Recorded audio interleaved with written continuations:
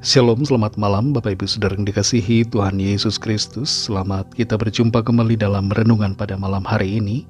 Kita bersyukur karena anugerah Tuhan dan kebaikannya yang selalu Tuhan limpahkan atas kita.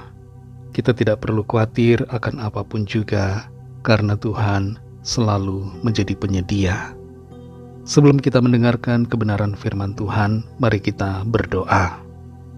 Bapa, dalam nama Tuhan Yesus Kristus, Tuhan dan Allah kami yang maha baik, yang selalu beserta dan menolong dan menyediakan apa yang kami perlu. Kami bersyukur untuk keajaiban dan karya-Mu yang indah dalam hidup kami.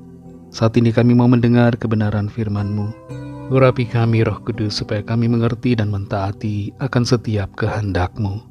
Dalam nama Tuhan Yesus kami berdoa. Haleluya. Amin. Saudara yang dikasihi Tuhan, ayat firman Tuhan saat ini terdapat dalam 1 Korintus pasal 7 ayat 10-11. Tertulis demikian. Kepada orang-orang yang telah kawin, bukan aku tetapi Tuhan perintahkan, supaya seorang istri tidak boleh menceraikan suaminya.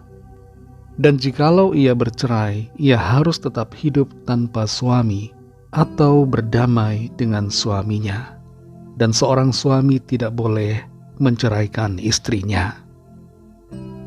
Saudara yang dikasihi Tuhan, Michelle Obama, istri dari mantan Presiden Amerika Serikat Barack Obama, pernah membagikan tentang bagaimana kondisi kehidupan rumah tangganya di saat-saat krisis, yaitu khususnya ketika anak-anak mereka masih kecil.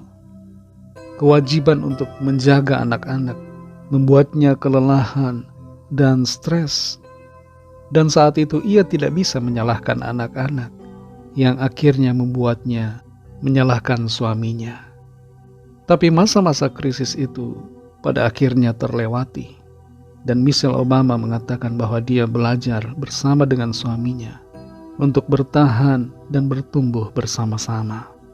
Mereka saling terbuka satu sama lain dan berusaha untuk saling mengerti, sehingga pernikahan mereka tetap berlanjut.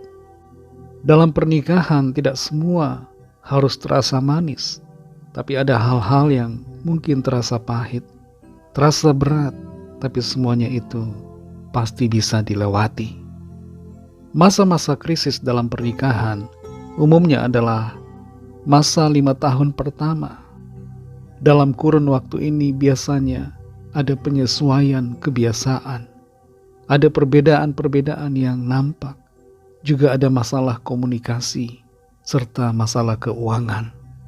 Selain masa 5 tahun pertama, masa ketika memiliki anak kecil, terutama bayi yang baru lahir, juga merupakan masa krisis dalam pernikahan. Kehadiran anak kecil membuat fokus dan prioritas berubah. Sering kurang tidur dan merasa lelah. Waktu menyendiri dan waktu bersama dengan pasangan jadi terganggu. Tapi semua itu bukan tidak bisa dilewati. Semuanya bisa dihadapi dengan sikap yang benar supaya berkemenangan. Dalam 1 Korintus 7 ayat 10-11 ini tertulis pesan firman Tuhan, supaya istri tidak menceraikan suami dan suami tidak menceraikan istri. Perceraian tidak dibolehkan. Dan apabila perceraian itu terjadi karena satu dan lain hal, maka pilihan bagi suami atau istri yang bercerai adalah hidup sendiri atau berdamai kembali. Tapi inti sebenarnya dari ayat ini adalah bahwa perceraian bukanlah pilihan dan tidak dibolehkan.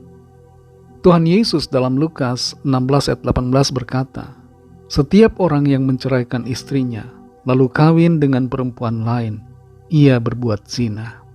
Dan barang siapa kawin dengan perempuan yang diceraikan suaminya, ia berbuat zina. Jadi perceraian pada hakikatnya bukanlah solusi. Seringkali masa-masa krisis membuat orang berpikir untuk berpisah, untuk bercerai. Tapi solusi dalam menghadapi masa krisis dalam pernikahan sebenarnya adalah sikap kita untuk saling mengerti, saling mengasihi, memberikan pengampunan, saling mensupport satu sama lain. Ada kalanya suami lemah, istri harus menguatkan. Ketika istri sedang lemah, suamilah yang menguatkan. Suami dan istri perlu belajar saling mengalah. Kalau suami sedang marah, istri meredakan. Dan sebaliknya kalau istri sedang marah, suami yang meredakan. Jangan menang-menangan dan jangan bersikap otoriter, tapi bersikaplah mengasihi. Tuhan kiranya akan selalu mempersatukan suami dan istri, keluarga-keluarga yang mendengarkan renungan hari ini. Dan Roh Kudus akan memampukan kita semua untuk hidup dalam kebenarannya. Mari kita berdoa. Terima kasih Tuhan Yesus, kami bersyukur untuk firman-Mu yang sudah kami dengar. Firman-Mu yang kembali mengajar kami, menuntun kami, membimbing kami untuk hidup dalam kebenaran-Mu. Untuk kami memiliki sikap yang benar, menghadapi masa-masa krisis dalam rumah tangga, dalam keluarga, dan dalam hubungan kami, di pelayanan dan dimanapun kami berada. Tolong kami Tuhan supaya kami dapat senantiasa bersikap benar, mengasihi, mengampuni, memiliki hati yang berbelas kasihan, mengikuti tuntunan-Mu Roh Kudus, sehingga kehidupan rumah tangga berjalan dengan baik. Setiap rumah tangga, setiap keluarga mengalami kehidupan yang penuh dengan kasih, saling mengampuni, saling mengerti, saling memperhatikan, saling mengalah satu sama lain, saling menerima kelemahan masing-masing. Mampukan kami Roh Kudus, dan berkati setiap rumah tangga anak-anak-Mu, keluarga demi keluarga, agar selalu ada kesatuan, ada kasih yang senantiasa melimpah dalam hati. Terima kasih untuk firman-Mu Tuhan. Pimpin kami selalu Roh Kudus untuk senantiasa hidup dalam kebenaran-Mu. Berkatilah kami di sepanjang malam hari ini dalam istirahat kami. Lingkupi kami dengan kasih-Mu, naungi kami dengan kuasa-Mu. Kami berdoa bagi yang sakit dan yang sedang dalam persoalan. Lawatlah ya Tuhan, ada kesembuhan, ada pemulihan, ada kelepasan, ada pertolongan ajaib. Mujizat Tuhan dinyatakan. Berkatilah bangsa kami Indonesia dan juga semua bangsa di dunia ini. Berikanlah keamanan, kedamaian, dan kesejahteraan. Dan lawatlah setiap orang dari segala bangsa, supaya percaya kepadamu dan menerima anugerah keselamatan. Ampuni kami akan dosa kesalahan kami, seperti kami juga mengampuni orang yang bersalah kepada kami, dan pimpin kami menjadi sempurna seturut dengan kehendak-Mu. Kami bersyukur untuk jawaban doa, bersyukur untuk pertolongan ajaib, bersyukur untuk mujizat, kesembuhan, dan berkat yang Tuhan nyatakan. Dalam nama Tuhan Yesus Kristus, Tuhan dan Juru Selamat kami sudah berdoa dan mengucap syukur. Haleluya. Terimalah berkat Tuhan. Tuhan memberkati engkau dan melindungi engkau. Tuhan menyinari engkau dengan wajah-Nya dan memberikan kasih karunia. Tuhan menghadapkan wajah-Nya kepadamu dan memberikan damai sejahtera. Berkat dan anugerah Allah Bapa, kasih karunia dari Tuhan Yesus Kristus, dalam persekutuan dengan Roh Kudus, menyertai kita semua, sekarang ini dan sampai Maranatha Tuhan Yesus datang kembali, dan bahkan sampai selama-lamanya. Dalam berkat nama Tuhan Yesus Kristus, haleluya, amin. Puji Tuhan, saudara yang dikasihi Tuhan, saya percaya firman Tuhan menjadi berkat dan kekuatan buat saudara semua.